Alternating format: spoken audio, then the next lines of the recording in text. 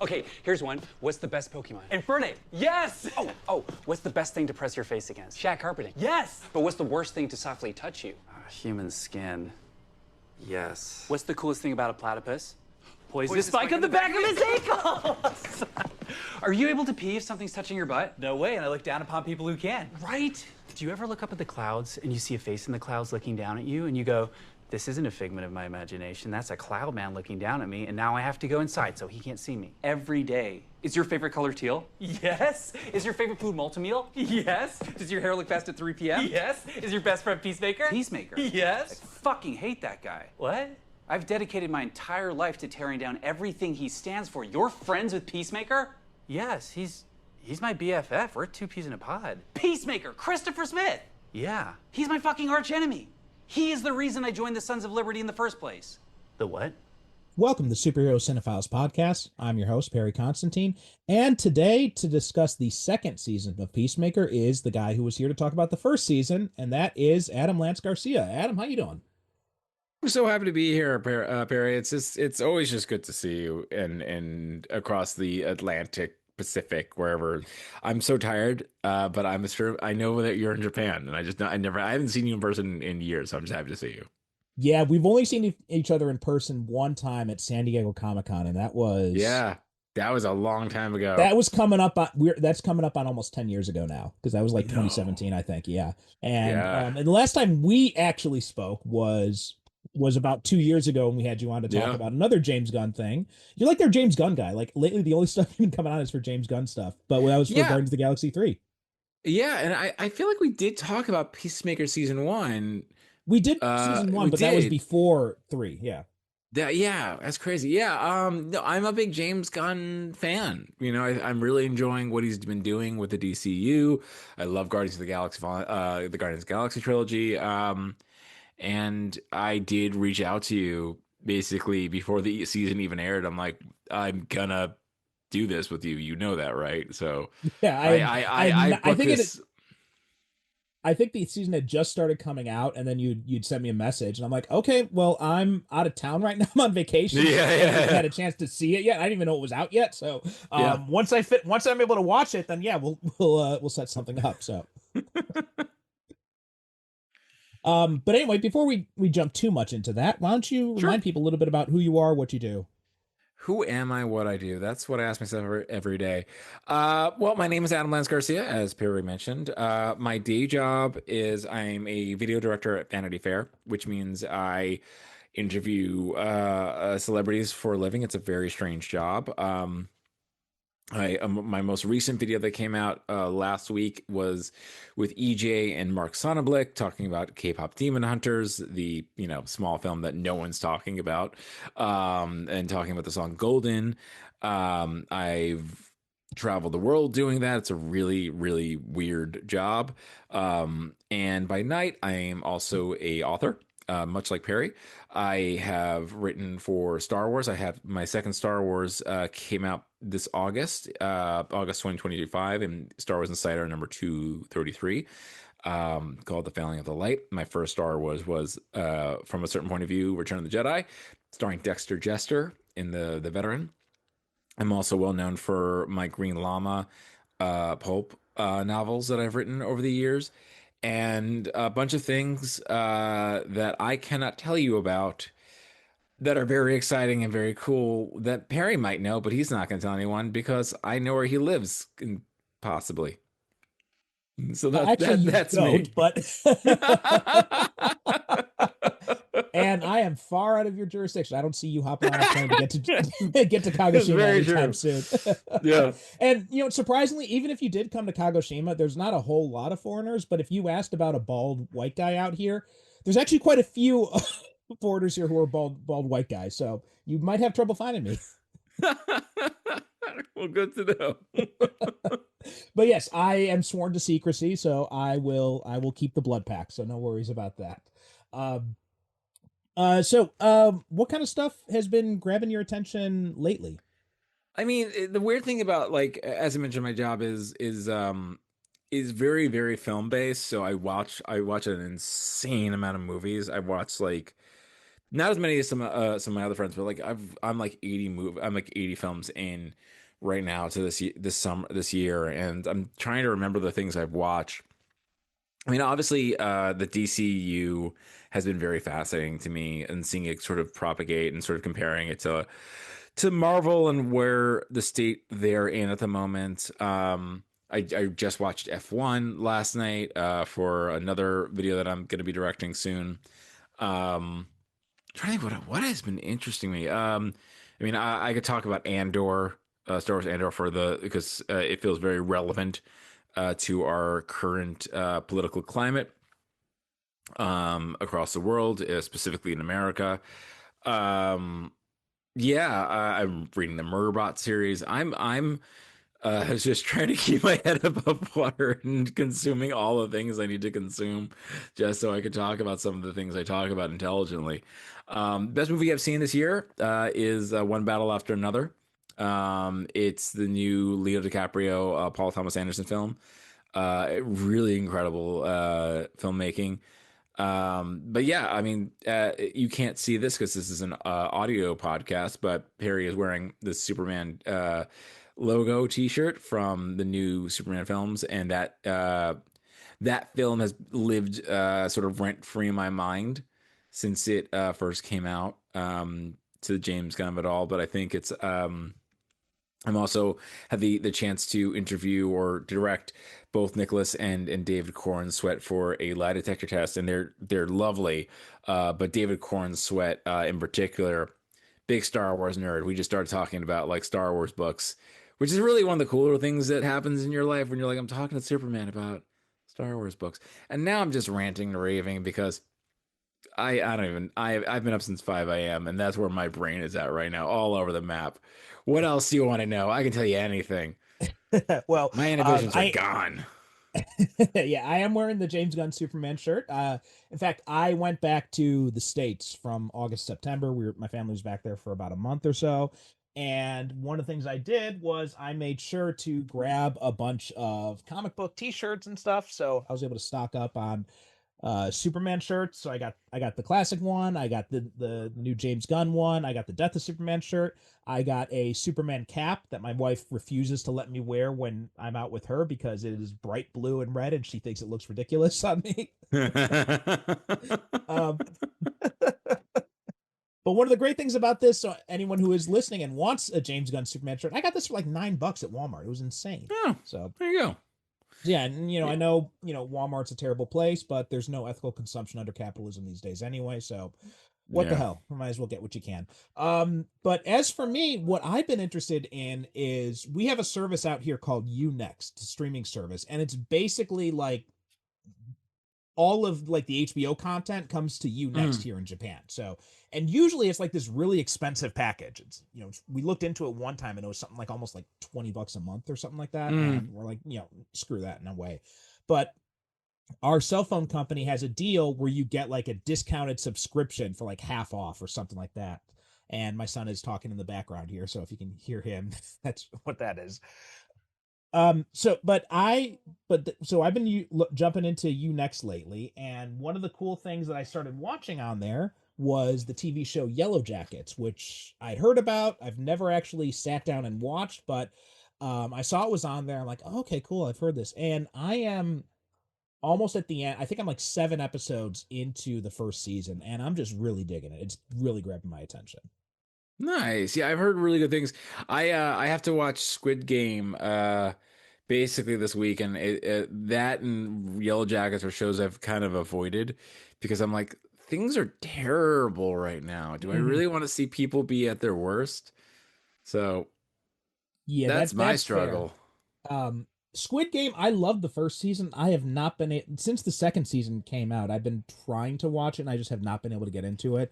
My wife watched it all the way through, and she's like, "Yeah, it's not as good as the first one." So, Gotcha. So I'm not.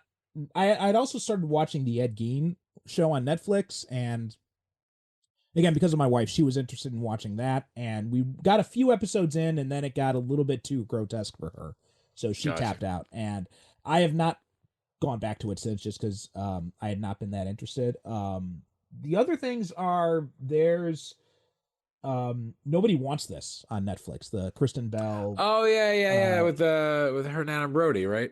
Adam is it Adam or Adrian? I can't remember which one. Maybe Adam. No, Adrian Brody, very different person. Okay. So it's Adam Brody. Yeah, I was a Brody. It's an A Brody guy. Nobody Wants This. But make sure I get this right.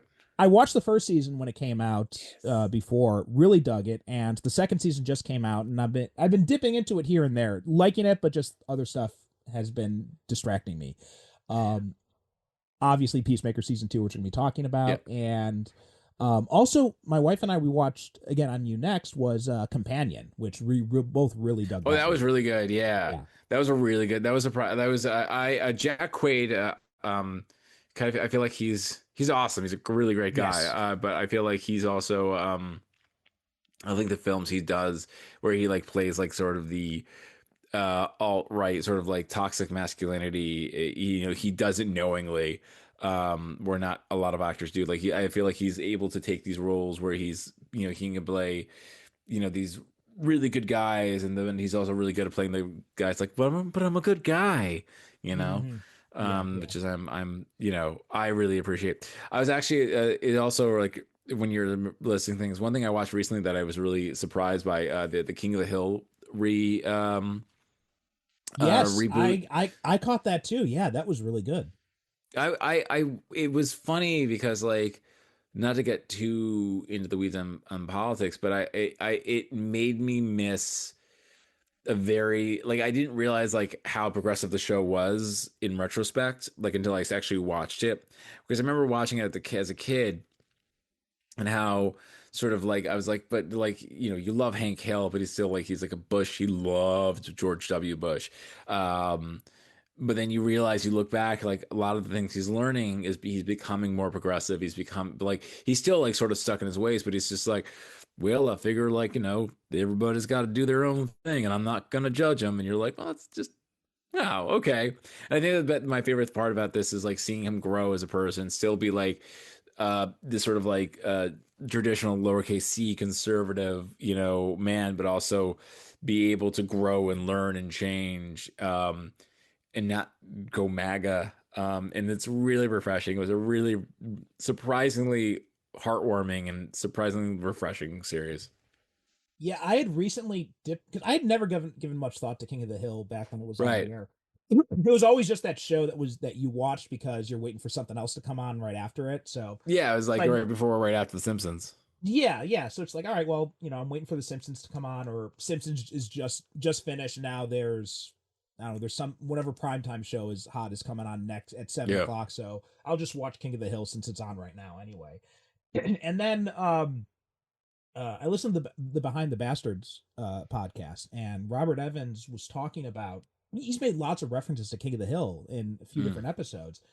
And I'm like, maybe I should check this show out again. So I had started watching it again from the beginning. I'm like, oh my God, this is actually a really smart show. This is really underrated.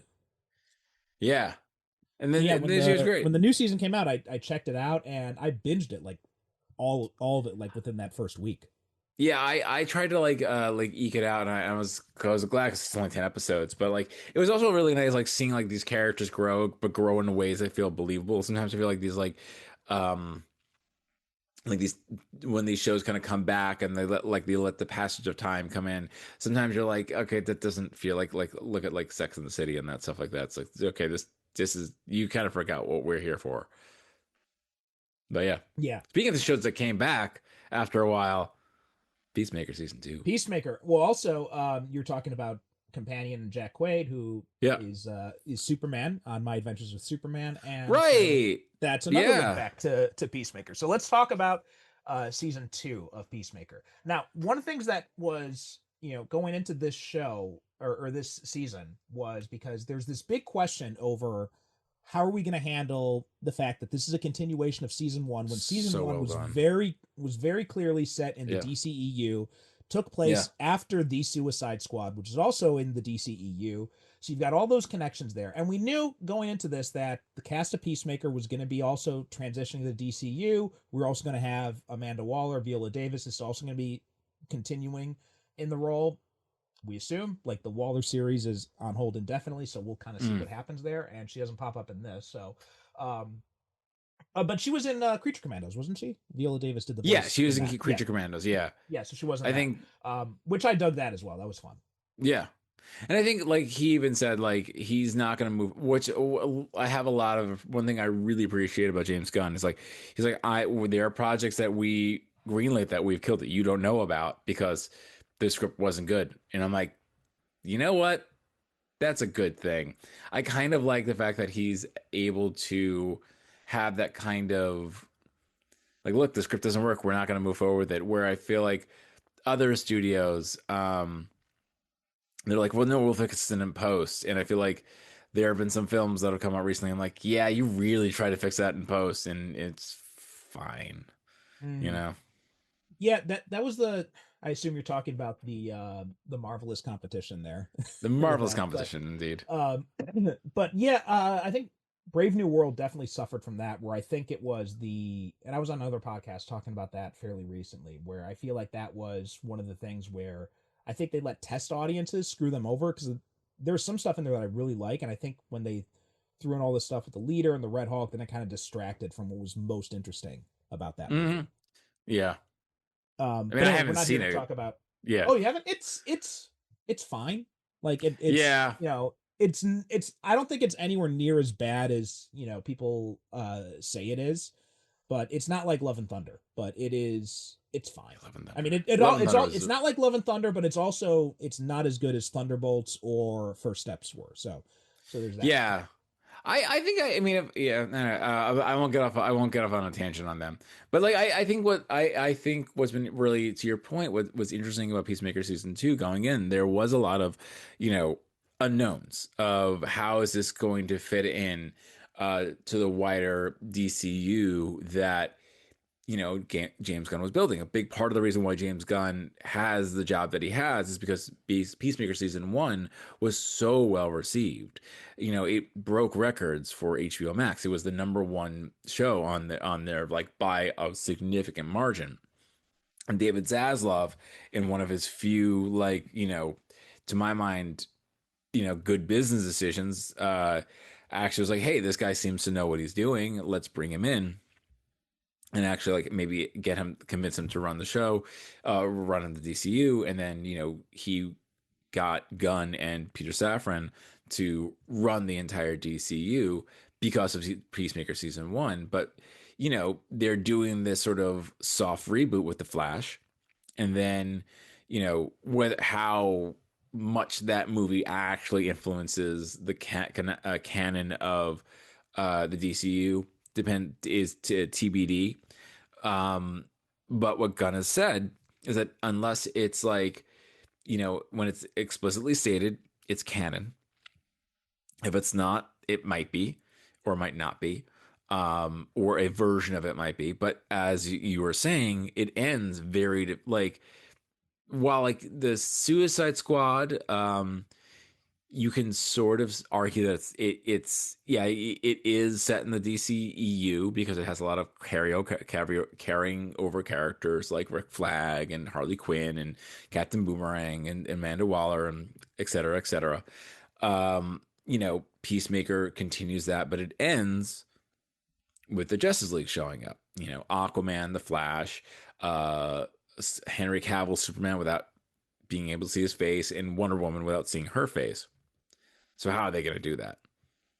And I think they did something really ingenious in this. Yeah, and they did not what I thought they were going to do, because going in watching the trailer for season 2, I figured the whole idea of different dimensions and all that, and I figured oh, okay, so that's how they're going to do it. Maybe the Peacemaker he meets in this other dimension, that's the Peacemaker from the DCEU or something like that. That was kind of like my assumption going in, and they didn't do that. Instead, we get in the recap, we change that ending, where instead we get instead of the Justice League, we get the Justice Gang with Superman and Supergirl instead. And then we see it, and whereas in season 1 it was the exchange between the Jason Momoa Aquaman and the Ezra Miller Flash, instead it's an exchange between Guy Gardner and Hawkgirl. Played by Nathan Fillion and Isabella Mercado. And they also used a deleted moment to sort of build upon that, which was one of those things where like when you watch the opening sequence, there's this like previously on, as Perry mentioned, where Peacemaker mentions like hanging out with Green Lantern and Green Lantern really being into vomit. And apparently it was like something that John Cena just said on set, like during like one like a riff that they used, but they didn't put in the edit. So he just puts that in the previously on. I remember seeing like, I don't remember that, but I remember that shot. I don't remember this moment. And then he, has Guy Gardner and Hawkgirl, Nathan Fillion, like sort of reference that line when they were filming during the filming of, Superman. And so now they just kind of, it's just, they're saying, all right, now this is the new universe. And I think, something he said on, I think it's Brandon Davis's podcast. It's just like, people were wondering how they were going to handle it. He's like, most casual audiences, like us nerds, are sitting there trying to figure it out. Casual audience will be like, oh, that's what's true now. Okay. And they'll move on. And I think he's right. I think so too. I think people make a lot of big deal about continuity and crossing things over when they're really deep in the weeds of this stuff. But I think the example I always go back to is, Judi Dench played M in the Pierce Brosnan James Bond films, and then she played M in the Daniel Craig ones, and she was the same character even though it was a reboot. Nobody cared. Nobody was confused. There's no multiversal stuff going on in the James Bond series, and everyone's just like, okay, I guess she's playing M in this one too. That's fine. There's an entire season of Dallas that was a dream, and people just went with it. And I feel like people get too hung up on this stuff about, how's it all going to fit together? And also the thing that also kind of drives me nuts about that is that this is a DC property. DC continuity is always been a total mess. Well, yeah, I mean, what is interesting to your point, like, I think what has been fascinating watching Marvel and DC as like sort of like in parallel, like the DCU and the Marvel Cinematic Universe have become really weird, like mirror images of their own continuity in the comics, where like DC is doing like a Crisis on Infinite Earths essentially reboot. Like, some things are true, some things are not. And we're just gonna kind of continue and it looks like Avengers is a reboot. Like, look, we're gonna bridge all these multiverses, and then we're gonna like say like, now here's a new universe where like these characters and this is what they look like. Sort of like what they did with Secret Wars, the most recently with like the Battle War. So like I feel like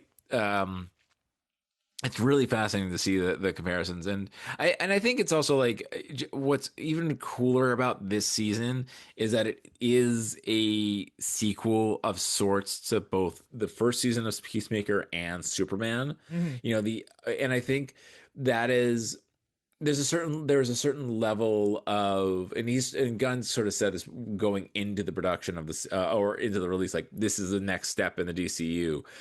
I think it shows a bit, maybe not as much planning as a really good understanding of like, this is how you build upon what's come before, where I think like, I think Marvel was very successful of yes-anding themselves in a way. And I think, and I'll talk more about this as we go into the season, but like Peacemaker season 2 for me, I feel like Gunn has learned all the right lessons from Marvel, if that makes sense. Like, I feel like at every point he's choosing to do certain, like, he's like, all right, like plant, like, like, yes, and yourself, like be able to be flexible, like, be like something doesn't work, just keep on and keep it on. And, but also like the fact that he's able to like, I know I'm shooting this film right now. I have these cast members here right now, and I can use them on the Peacemaker show just to kind of like build out the world in a way that feels a bit more cohesive than I think a lot of like the Marvel TV shows kind of have felt to the larger cinematic universe, at least initially. Yeah, absolutely. And I think that he's definitely done that because this does in some ways it's kind of like hyper time where some Yeah. things are there, some things are true, some things are connected, some things happen, and at a certain point some things just kind of diverge in different directions. So with Peacemaker season 1, basically everything is the same, but the ending they kind of diverge in these different directions where one diverges into the DCEU, one diverges into the DCU. Yeah. So let's just dive into it. What Yeah. were some of your thoughts going into this? One of your thoughts overall about the second season? I think what's interesting and what really resonated with me, and he said this in the podcast, like the first season's about Peacemaker, this season's about Chris Smith. I think there was a lot. I was sort of bowled over by John Cena as an actor in this season. There's some really heart wrenching moments and really great performances on his part, both with him uh and I can't believe I'm blanking on her name. Harcourt, Harcourt, yeah, I'm just forgetting the actress. Jennifer. Ooh, this is Jennifer Holland. embarrassing. Jennifer Holland, thank you, Jennifer Holland. Like her performance and a lot of like her scenes with John Cena were just really, really great. I think structurally, I don't think it's as strong as season 1. I think that like it's kind of like the first 9 episodes are the core of the season, and episode 10, is it 10 or is it 8? There's only 8 Um, episodes in it. 8 episodes. So the first 7 episodes, excuse me, the first 7 episodes feel like the core of the narrative, and then episode 8 feels kind of like a coda, and sort of like a setting up the next stage of Peacemaker's story and the DCU. I do think it feels there are aspects that feels a little like setting the stage, some pieces moving in for the DCU, but I feel like all those elements are brought from the character's point of view. It doesn't feel like it doesn't feel like if even though like their chess is being pieces moving across the board, like characters' motivations all feel sort of authentic to them. It doesn't feel like they're acting out of character just to get this thing across the board. And I think the Earth X stuff, while like I didn't notice it initially when someone finally pointed it out, like, hey, there's no, people of color in any of these scenes in the alternate universe, even though it's kind of like a like like, oh yeah, there it is. I noticed it. I think so. I saw an article that was like it's actually even more dystopian than like the Earth X that we're so accustomed to seeing in comics or on the Arrowverse, where it's like the superheroes are all Nazis, and it's like, no, like the Nazis won, and it's just people just kind of accepted it, and look at all these people living their lives. Yeah, it's kind of even worse in some ways. Yeah, well, there's that the Earth X stuff had me going too because I had a vague inkling of it as soon as when we saw Robert Patrick come back up and they're like this trio of heroes, and I was thinking, I'm like, gee, I wonder what it's like. I'm like, I wonder if what's it like there if Yeah. if this guy who's a white supremacist Nazi is one of the world's biggest heroes here. I wonder what that means about the rest of this world. So I kind of had that Yeah. idea in the Yeah. back of my head, but I wasn't focusing too much on it. And then when we get to the when Adebayo was taking a walk around there, and then Peacemaker's brother sees her, and he's like it's a black, and I'm like, oh, okay, yeah, I see what Yeah. it is now. And then, but I loved how and Gunn kind of teases the audience a little bit for not picking up on it before, because that episode where Harcourt, the one from the actual Harcourt, not the Earth X one, when she comes in to Argus and she confronts Chris about it, and she's telling him, "Didn't you notice there's no people of color here?" He's like, "Well, no, I didn't notice that." And she's like, "What about that big Hitler mural?" Right. He's like, "Okay, I don't know how I didn't see that there." Yeah, that was really funny. Yeah, it's interesting. I think like overall, I really enjoyed Peacemaker season 2. I think I've enjoyed both seasons a lot. I think Peacemaker season 2 doesn't feel as like overall cohesive in the way that the first season did. But I think it has a lot of, in some ways, higher highs. in like it's more extreme. Like I feel like the lower lows than season one. But I feel like season one was more consistent. But I just enjoy it. I like those characters. I like how they made me really believe in the relationship between Chris Smith and Harcourt. I think I just like these characters, and I like their relationship. There's also like, oh my, like even just Vigilante meeting himself was one of the most laugh out loud moments I've had in a while, where it's just like you kind of expect this series like this is to go one way, where he's like, who are you? Like, I'm you for another universe, and he's like, are you fucking kidding me? And it's just like the most like they're just so happy, like, oh, we Spider-Man memed, and like just that little moment is just so joyous. Yeah, I'm curious to see what he does next, but I think, yeah, I because I did go into that, like, I feel like I went into it with really high expectations. And in some cases, overall, I feel like he matched them. And in some cases, he might have missed the mark, but not like, but I want to be very clear. It's like not missing the mark in a way that felt like, and then you like were like, wow, like it pejorative, like you didn't try. Like I feel like sometimes like there are a lot of Marvel shows that I feel like you just didn't even try right now. Hi. Hello. My son just hopped up on my lap, so that's who he's talking to right there. Yeah. But I'm going to use You're this small. yeah, yeah. But I'm going to use this to piggyback on something you said and about the structure, because when you hear you talk about that, and you're right, the first season it felt like it had had like a much stronger plot, and it was much more like it was very character focused as well, but it was also very much plot focused in the first season. Yeah. This one felt like it was much more focused on the characters over the plot. Yeah. Not necessarily at the expense. I don't want to say at the expense of the plot, because I thought the plot that they had was pretty good, but it was most of the action in it comes more from the characters. And when I was thinking about this, I was actually comparing it to the Guardians films, because I think the first two Guardians movies are a lot like that too. A lot of people say that Volume 2 is the weakest of the trilogy, and I don't really agree with that. I think Volume 1... I agree with you. Yeah, I love Volume 2. And, part of the reason is because it's a fatherhood story, and it was the last movie I saw in the theater with my father before he passed away.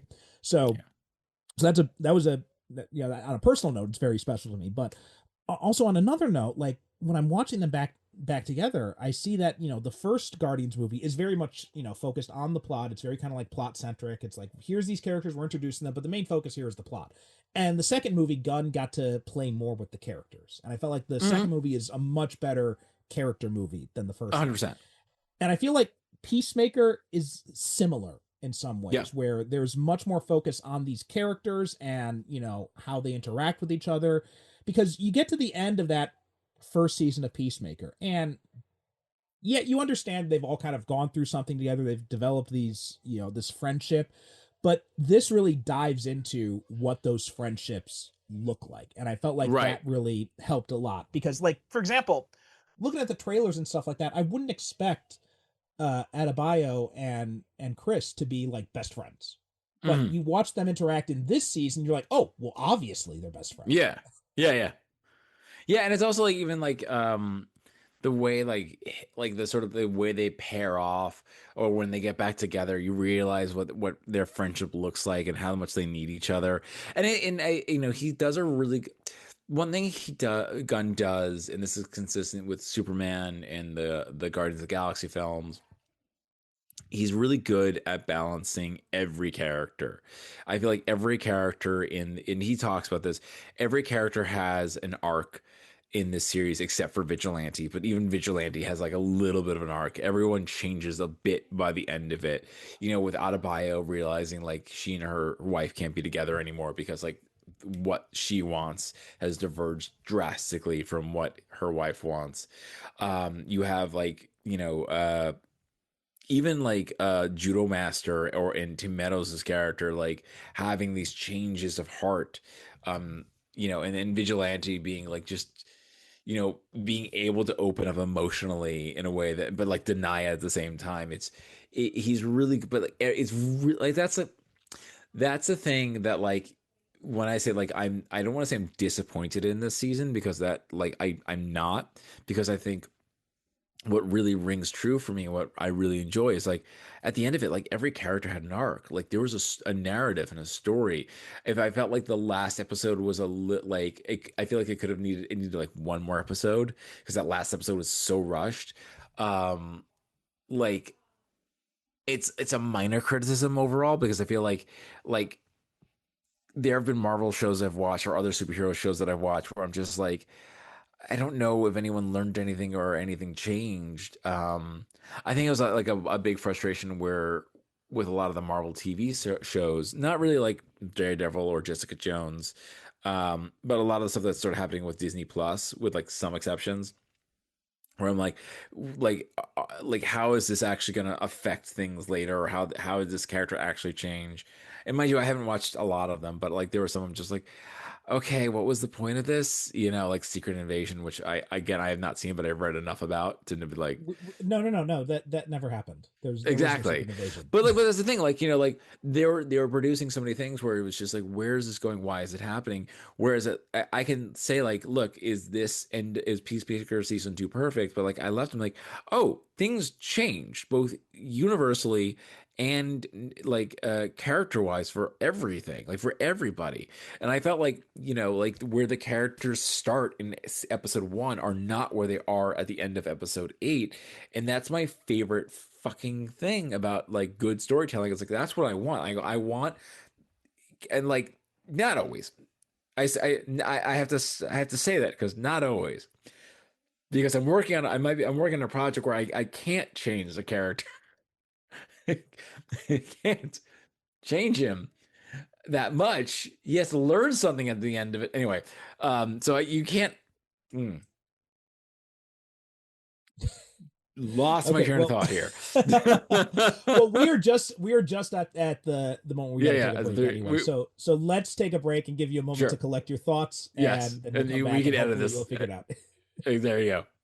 We all love superhero movies and TV shows, but what about the comics that inspired them? Marvel, DC, Image, and more have provided the template for the movies and shows we all enjoy watching, and it's important to honor that tradition by buying and reading comic books. Superhero Cinephiles is proud to be an affiliate of MyComicShop.com. It began as a small mail-order business operated by junior high school student Buddy Saunders all the way back in 1960, and has been operating on the internet since 1997. My Comic Shop has new releases, value packs, back issues, trade paperbacks, comic art, regular auctions, and a whole lot more, including 35% discounts on pre-orders. You can also sell your own comics or utilize their consignment services. You can even create your own want list of comics you're searching for. To get started, check out our affiliate link in the show notes or on the superherocinephiles.com homepage. Blast off into a new universe with Corsairs, a new sci-fi space opera serial by me, Percival Constantine. In these adventures, join the crew of the Corsair, a group of intergalactic mercenaries, as they struggle to survive in the depths of corporate-controlled space. If you're a fan of Firefly, Cowboy Bebop, or Guardians of the Galaxy, then you're going to love Corsairs. Subscribers to my Patreon get 2 new episodes a week, while free members get 1 new episode a week starting in December. Patreon offers new subscribers a 7-day free trial, but I'm also throwing in another perk. If you sign up with the coupon code SCP, you'll get 90% off your first month. So visit patreon.com/Percival Constantine and join in the adventures.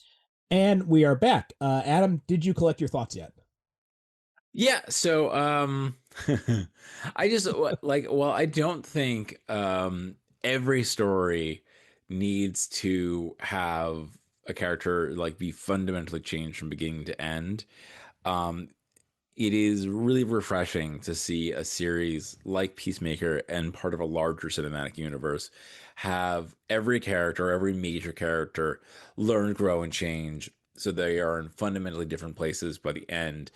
And to see that journey, their journey, their collective journey, actually influence the DCEU as a whole. Having, you know, Rick Flag Sr.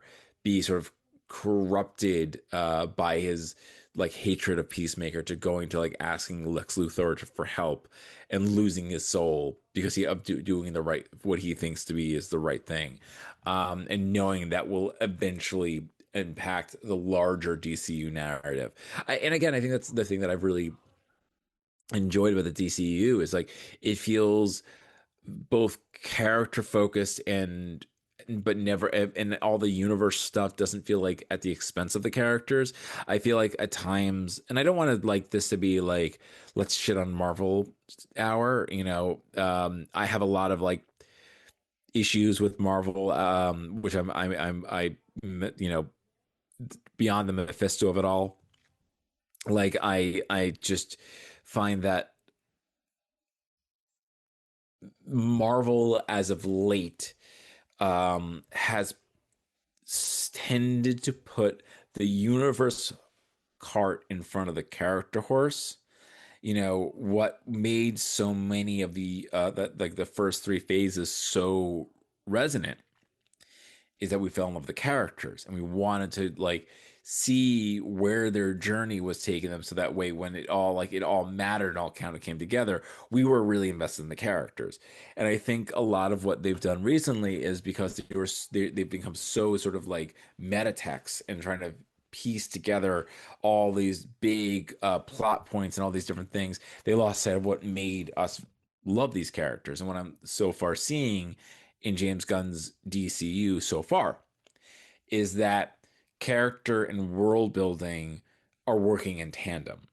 We're seeing like, Superman is changing the world as he's learning to change himself. My favorite part of Superman is him being like, "Oh, I'm not here to be a good guy. I want to be one." And how I'm going to comport myself is going to inspire others to do the right thing.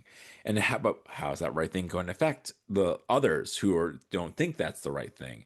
And that affects Rick Flag Sr. And that affects while Chris Smith is learning to be like a better person and or struggling with his place in the world, he causes his friends to become better people. And they start but then that, impacts Rick Flag's story, which creates, the Sanctuary. It's not Sanctuary Moon. It is called Sanctuary. Yeah. Sanctuary. Oh, good. Sanctuary. Like all these different aspects. So it's just really refreshing to see that these characters are affecting it. And also like on another level, like I love, even though like they're both James Gunn joints, like I just love that I can have a Superman movie, which is like all ages. Anyone can go see it. And, the worst is like they say shit every so often, or mierda. That's the worst that kind of happens. And then you're going to have James, like in season 2 of Peacemaker, have a fucking orgy in the first episode, which, let me tell you, is really awkward to watch with your father-in-law. And then your mother-in-law walks in, and you're like, I swear to God, I had my father-in-law and mother-in-law over, and I was like watching stuff for work and also watching Peacemaker, and like every time they walked in, it was like a sex scene or something. But like that, I was like, and I looked at Tom, my father-in-law. I'm like, I promise it's not, this show's not always like this. I'm shocked by this. That's a lot more dicks than I expected. So many more. Well, that's I want to talk about that scene because that I've heard that's gotten some criticism online. But before we get to that, one of the things you were talking about the comparing it's interesting to see how the DCU is kind of looking at both of what Marvel has done, the mistakes that Marvel has made, and the mistakes that the DCEU made, and it's kind of trying to figure out a middle ground between the two, because Marvel very early on, it was, like you said, it was this very much this improv style, like yes and. Yeah. Oh, here's Thanos. So where do we go from Thanos popping up at the end? Well, then we go, going back to the first Iron Man, right? The whole Nick Fury cameo, it was the whole multiverse, the whole, Infinity Saga was not planned out like some people seem to think it is. It was just like, hey, we got Sam Jackson for the day. This is a Hail Mary to get us out of bankruptcy. So let's just toss him at the end and see what happens. Yeah. And then it became successful, and then they're like, okay, we're not in bankruptcy anymore. Maybe we could do this. So let's do Captain America, let's do Thor, and see where it goes from here. And it was just also that constant like yes-anding, and Thanos only appears at the end of the first Avengers movie because Josh Whedon is like, hey, I like the 70s Avengers stuff. Let's throw Thanos at the end here and see. Yeah. And there was no plan to do an Infinity Saga at that point. It was like, okay, Avengers is the biggest movie ever. Now we got to do Thanos. So, okay, let's see where we go from here. And it took them years to get to that payoff. And then when they got to the multiverse saga, they were so focused on, okay, we're going to have Kang as the big bad, and that's going to be, and they stopped yes-anding. They were trying to focus on the overall big picture at the expense of the smaller picture in a lot of instances. And so they kind of lost focus, which is why I think where a lot of the criticism of the Phase 4 and Phase 5 stuff comes from. They also overextended themselves by they a did, lot. yes. And that's you can't lay all like to Feige's credit. Like you cannot place all the blame on the Marvel team, because it is one of those things where the powers that be at the time were like, put everything in Disney Plus. We want like all these shows, all these movies, because Disney's like, look, you just made billions of dollars on this end game, like now do more. And they overextended the creatives at Disney. Yes, excuse absolutely. me, at Marvel, yeah. But the DCEU is an interesting idea because it kind of went too far in the opposite direction. Yeah. Where it's like Zack Snyder had this plan, and once that plan fell apart, they're all just kind of like, okay, let's just do whatever. And so then you just had all this stuff, and none of it, when you look at it in the big picture, none of it makes sense. How is the world so shocked by Superman's first appearance when apparently you had the Justice Society before this, and you had Wonder Woman swinging around shopping malls in 1984? None of this makes sense. How come we have all these supervillains in a prison when there are no superheroes for them to have been fighting in the first place? I don't think Batman was fighting all of them, so none of this makes any sense together. And then now with the DCU, I think Gunn has kind of learned the best lessons from those mistakes. And it seems like he's kind of going like, okay, well, we've got this kind of rough idea of a plan, right? That whole slate that's coming up. And I've heard some people criticize that and say like, well, why are you going to give it this slate of movies and then not commit to it and then change things up? Well, it's like, well, you have to see where things go. You have to see how things change. And because if you're going to force yourself down that road and things that are not working, that's how you get Love and Thunder. And so I think he's right to say, well, Superman was very successful, so we're going to do Man of Tomorrow now, and we're going to see how we can fit that into. And he said, like, with the Authority, right? They had planned to do the Authority. He's like, well, it's not quite coming together, and I'm sure it sounds like he's a big fan of that property, so I'm sure it's something he'll get to eventually. But it's just like right now, they don't have the way in, and so if they're going to backburner that because they can't figure it out, I think that's smart. I think you have to be. And and part of this is just that,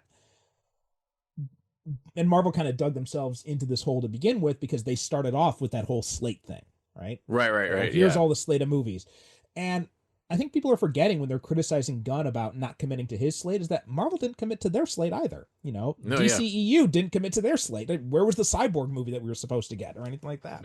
Don't forget, like they announced the thing that people seem to forget, like Justice League was announced as part 1, part 2. They announced that. And then it became part 1.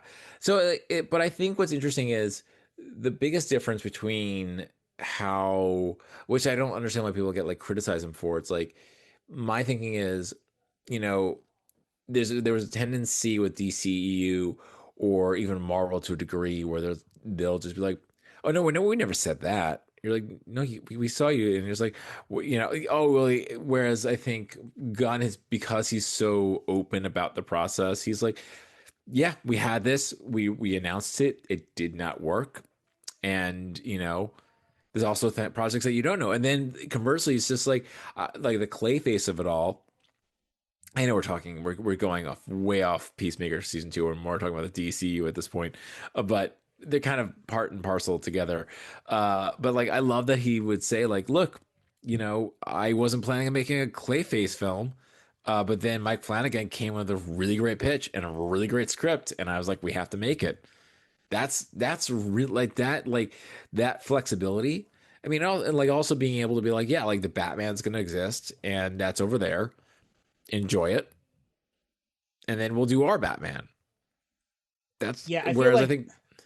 And again, this goes down to that whole idea that people are always, both hardcore fans and studio executives, traditionally more studio executives, but they're always stressing over this idea of like, we can't have two versions of the same character. How are people are going to be confused? And I feel like the audience is not as stupid as people think. Yeah. I made this argument, back when, because years back in the early 2000s, DC had like a bat embargo where Right. Batman could appear on Justice League and Justice League Unlimited, but you couldn't have any of the other Bat villains. You couldn't have any of the other Bat family characters, and like in Smallville, they'd apparently wanted to do Bruce Wayne come into Smallville, but they couldn't do that because they had Batman. Because the whole idea was like Batman is reserved for the movies. Like Chris Nolan has a lock on Batman. It's like, well, okay, I don't think Chris Nolan is going to be using Batgirl or Nightwing, so I don't think you need to worry about stopping them from being used. And over on Smallville, it's like, okay, you say people are gonna be confused if there's a live action Bruce Wayne here on Smallville and there's a live action Bruce Wayne on the movies, but then you've got your main character in this TV show is a teenage Clark Kent, and then you're coming out with a Superman movie with Brandon Routh, which is sort of a sequel to the Christopher Reeve movies. Like, it's like you're not even being logically consistent with your own logic here. Yeah, no, it happens a lot. And I think, again, like, we'll see how it all sort of plays out. But I think just seeing how Gunn's handle it has been just really refreshing. And, like, also just, like, like, and even, like, dealing with the canonicity of things. He's just like, yes, it's when we mention it, it's canon. There you go. Where I think there's been sometimes, to your point, there are folks who, like, need, like, a flow chart. Like, well, this, and it's like, until we say it isn't. Yeah, back when Morrison did his pitch for X-Men, one of the things he talked about was abandoning continuity in favor of what he called super consistency. So it's like, stuff happened. We're going to acknowledge the stuff when it makes sense. We're just going to move ahead when it doesn't work out. Right. And I think that's a good way to approach it, and especially in DC has an out for that. Again, hyper time. That's the out. Which again, a Morrison creation. And that is the best, some things are canon, some things are not. These timelines interact here and there. So just kind of go with it, basically, is I think the thing that a lot of people struggle with. Wait, hypertime. Remind me what hypertime is. So hypertime is this theory that it was like Grant Morrison and Mark Waid, they came up where everything is canon, basically, to some degree. Right. Like sometimes these things cross in and out. So it's basically kind of like a river, where a river has different branches. So a river might like branch out and go this way, and then it might come back in and cross and intersect at some other point. So that's how you can have things like, how in some stories Superman was Superboy in the past, in other stories he was not Superboy. So it's kind of like this kind of like loose understanding of how continuity works, and the idea that like the timeline itself is almost like a living being. Gotcha. Okay, thank you for explaining that, because you are much more well-read than I am. And I have not even read the stuff where hypertime appeared in, but I just know this from like researching different stuff and all that kind of stuff. Anyway, but back to Peacemaker. So we had some returning characters here, and one of the interesting things is because I think Vigilante was the standout character of season 1. Oh yeah. And it's funny because in this he's still funny, but I think like here they kind of make they made the wise decision of not giving us too much. Because like, for example, I think, again, I'm going to compare this to Love and Thunder, right? In Ragnarok, you had Korg, who was very much kind of like a breakout character in that, right? He was hilarious in Ragnarok. So then, Taika Waititi says, oh, you like Korg? Okay, I'm going to give you 500 times more Korg in Love and Thunder. And it's like, that's too much Korg. That's too much Korg. Whereas this, they're like, okay, we're going to give you like Vigilante in season 1? Okay, we're going to give you those moments, but it's not going to be as in your face. And so when you do get that moment, like when he interacts with himself, like you said, it's like the funniest scene in the season because of that, because they'd wisely kind of held back on giving us too much Vigilante.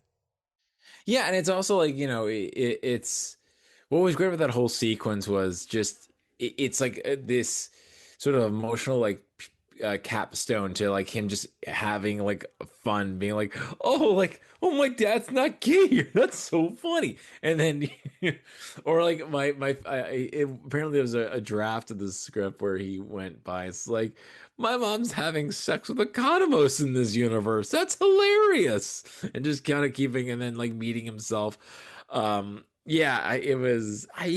There's also there's in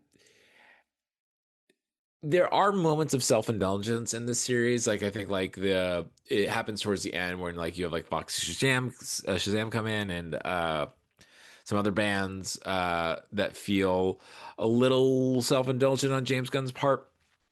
And no, and I don't mean like, but like it's that feels more personal as opposed to like, let me just do this thing because I like it, or let me just do this thing because the fans wanted it. It always feels like you're like, this means something to me, so I'm gonna put it in. Like even like the moment in the barge with the first band, like as much as it is like him showing off like, hey, I love this band, uh it all builds to that just wonderful moment between Harcourt and Chris Smith, and they kiss. It's yeah. Yeah. To that too, like, you like I've seen some people criticize Gunn for nepotism because he has his wife in this, he has his brother in this as well, but I mean, to his credit, he has them in there because they do a good job in that. Like Jennifer Yeah. Holland does an amazing job in this, playing the two different versions of Harcourt, Yeah. and completely different characters. Like even in the opening credits, because she plays both versions in the opening credits, one with the Yeah. dress and one without, and even in that, there was like I almost thought it was a different actress at first. Yeah. And then, but also like the emotional depth she goes to in these Mhm. performances. Like I remember, I forget who I was talking to, but like, or maybe it was a podcast, but like how hard it is to like, to, to like look like you're trying not to cry as an actor. Like when she's, trying to like beg him just to come back to their universe. And I think I mean, again, to his credit, to Gunn's credit, he's like, yeah, he picks people who are really good. Yeah, like you can call it nepotism, but he's like, I like to work with the people I like working with. Mhm. And they're good. They're good at what they do, and I like having them on set. So of course I'm going to keep on working with them. And I mean, every director is different, but I think there's absolutely nothing wrong with someone being like, hey, let me build up a like a little cadre of or like a little body of people I want to work with. It's Mhm. it's yeah. Yeah. Some of the other things that like Robert Patrick surprised me in this as Oh yeah. he's Blue Dragon in this one instead of Red Dragon or White Dragon, I mean. But one of the things that surprised me was because that scene when they're all confronting him about it, and it's like, well, you live in the Nazi world, and he's like, I am not a Nazi. And I'm just like, whoa, okay, that's an Oh interesting twist. yeah. That was such a good, yeah, that was such a good moment.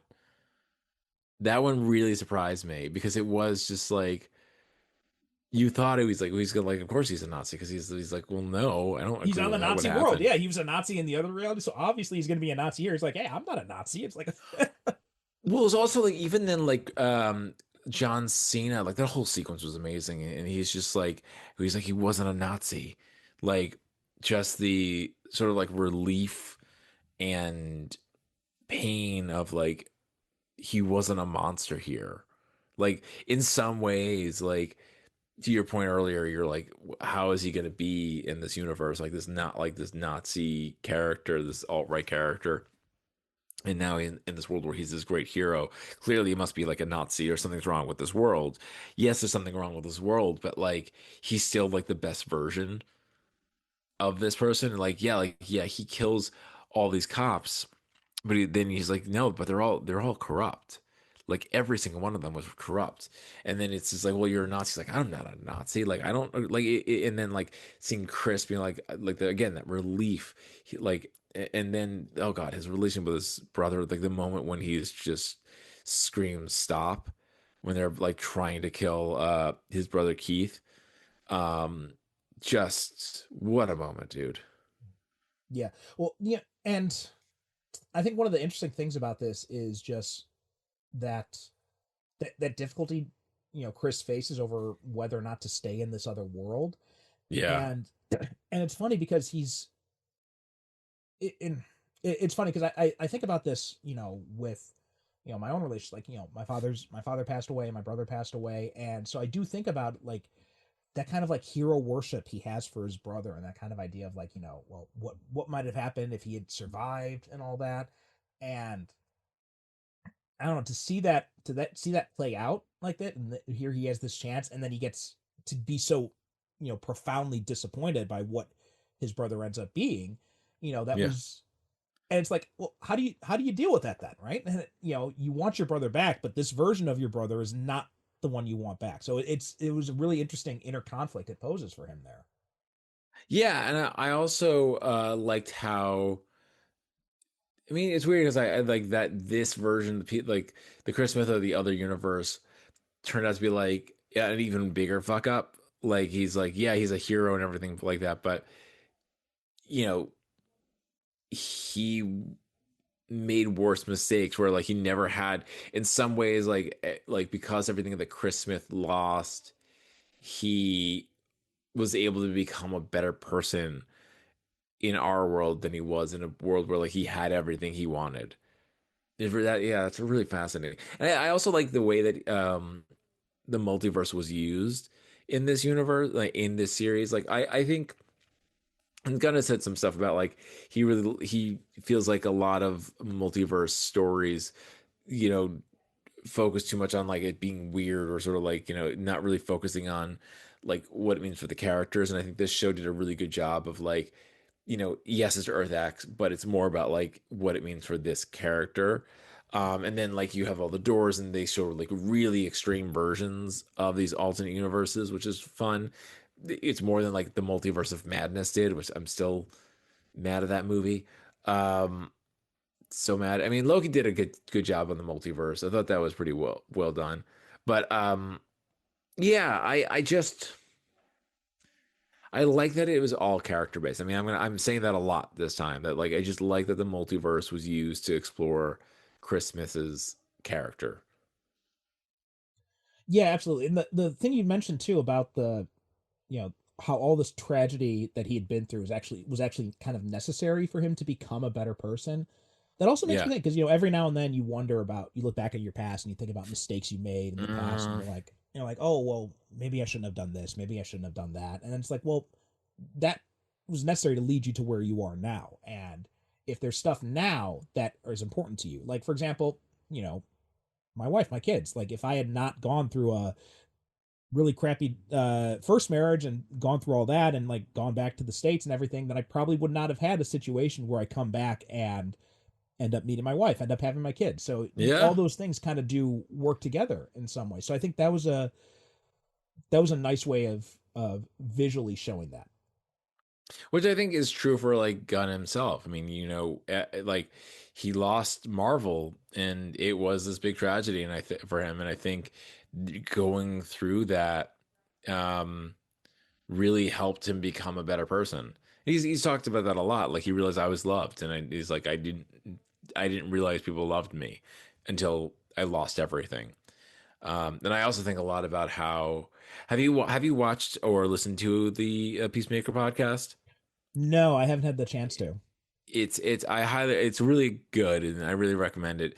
But there's a really heartbreaking moment where he, in the last episode, for as overstuffed as that episode is, there's a really wonderful moment where Adebayo says to Chris Smith basically like, you know, people have died because you haven't been, when in the moments you weren't true to who you were. Like you are like you're dumb, um, but like I know you love me, and like you're big and dumb and whatever, but like I know you love me. And he, when in Gunn and talking about it, got really emotional because he's like, that was my dad. Like he was big and he was dumb. But until I met Jennifer, I didn't believe, like he was the only person I believed that actually loved me. And it's just like, what a like, and he started like crying on the podcast. It was really a heart-wrenching moment and really wonderful. But like, again, so much of Peacemaker, what makes it so good, even when it's not like perfect, is that he understands how to write these characters and write these um use these characters, these superhero characters, to tell very human stories. Yeah. Yeah, and it's overall, very, very well done. We're kind of closing in on the time we have, so just a few little brief things I wanted to mention. I was not expecting Judo Master to come back here in this season, Right. but And also he, becomes so likable. I know, right? Nutley did. I'm hoping I'm pronouncing his name correctly there, but Nutley, I'm not sure how to pronounce it exactly, but yeah, he was so much fun in in this season. Yeah. I love like the little tick he has of like always wanting snacks. Yeah. And how even he's like, yeah, the snacks on the Nazi Earth suck. Yeah. And I also like that, like, he basically is like, if you're like a person of color or, LGBTQ or, don't believe in Christianity, basically everything I am. And I'm like, that's a really nice moment. Like, he's like, I really nice moment in that, like, while it's bad in the Nazi world, it was also really nice to like have a character, basically list, he is all these very specific things, but in the show itself, we think he's an asshole because he's just an asshole, but then he's accepted and like and Adebayo like bond. It's really, I don't know. That whole scene was actually surprising. The bonding between Adebayo and Judo Master was not something I expected. Yeah, absolutely.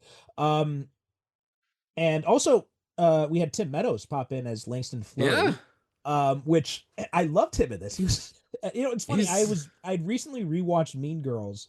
When we were flying back, it was just one of the movies that was on the plane. So I'm like, all right, let me put on Mean Girls again. I haven't seen that in a while. And he's just so fun. He's just like so low key funny in these parts. I also like that he had the moment when Economos does like puts in Christmas so they can't like keep on beating him up. It was really a really nice moment to have his character be like, "This is a good thing you did that." You're like, wow, this guy actually like he's not a complete asshole. Yeah, yeah. Also we had Michael Rooker pop up as Red Saint Wild. Stuff on Which was apparently all the scenes were completely reshot. They had to have a different actor for that.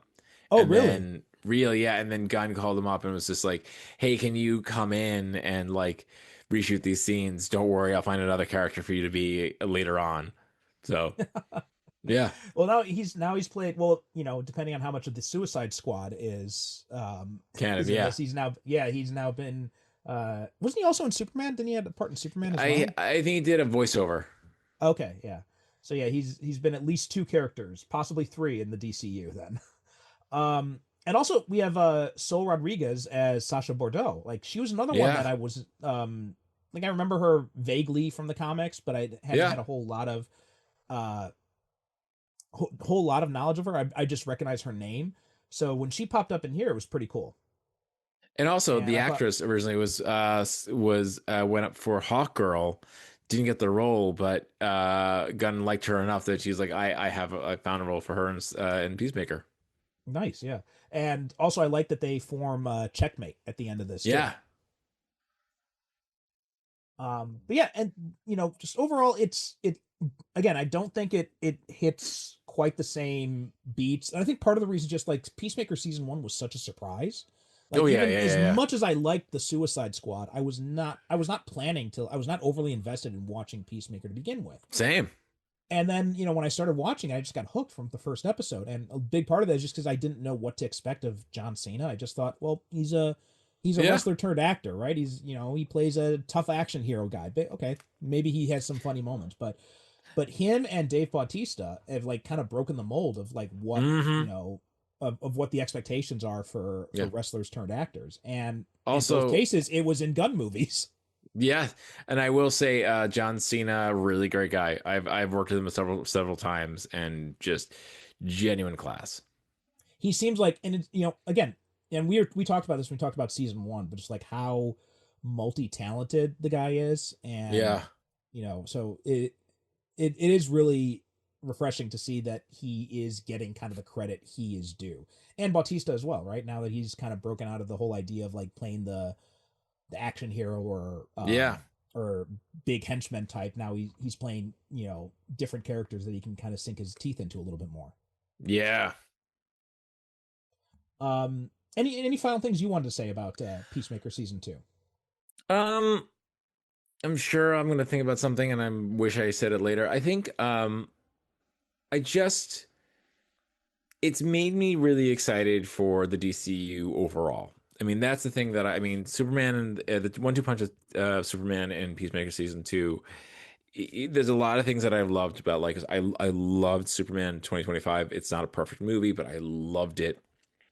Um, Peacemaker season two. It's also not a perfect season, but I love it because it gives me it shows that the DCU is a lot more flexible.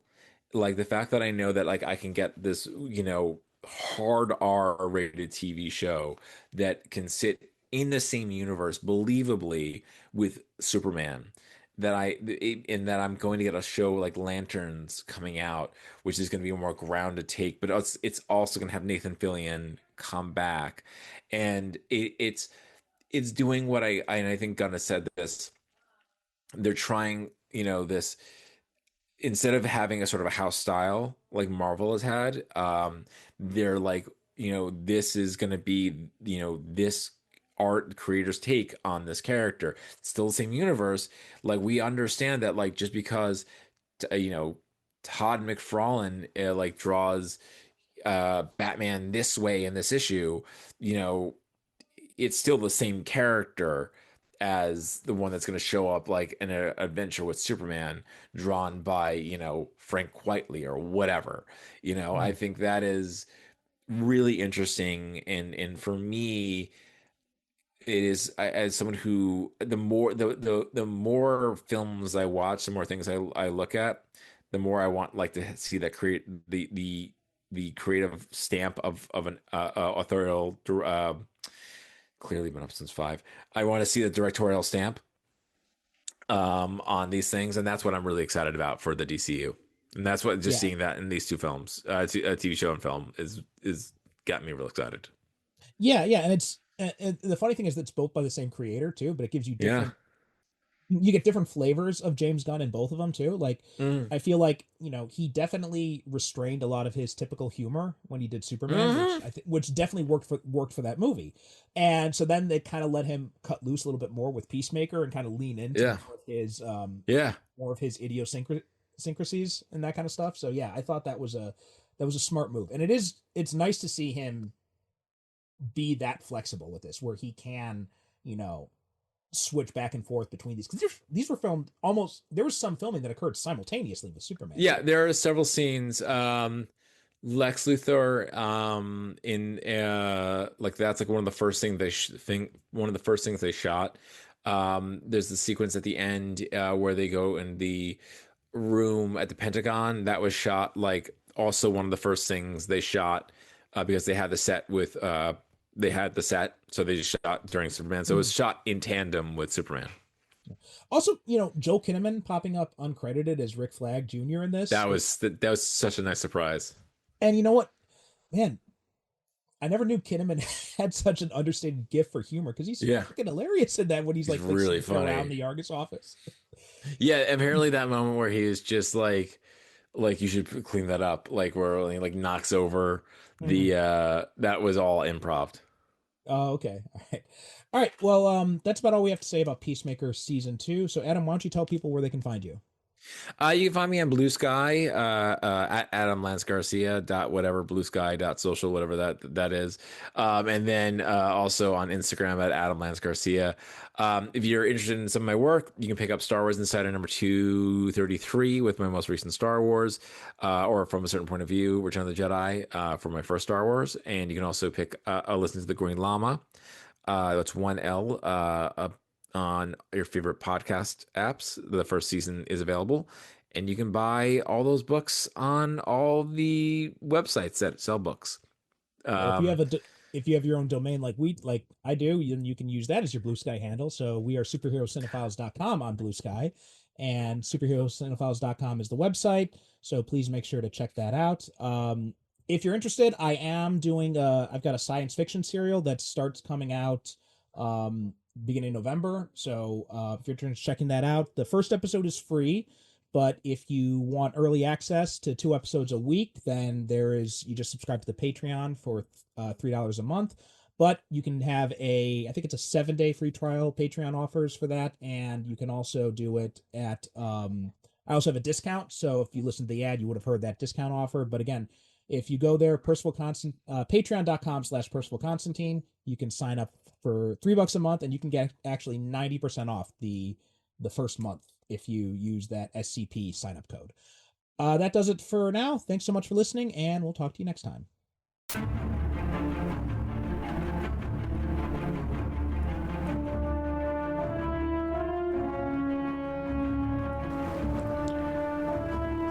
Thanks for listening to the Superhero Cinephiles podcast. Superhero Cinephiles is produced by me, Percival Constantine. The show is created by myself and the late, great Derek Ferguson, our host emeritus. Visit us on the web at superherocinephiles.com to listen to past episodes or find out how you can be a guest yourself. Support the show by visiting our advertiser links or click the Buy Me a Coffee link on the website to make a one-time donation. We are Super Cinema Pod on both Instagram and Blue Sky, so please be sure to follow us. We'd also appreciate it if you could rate and review the show on Apple Podcasts and share us with your friends.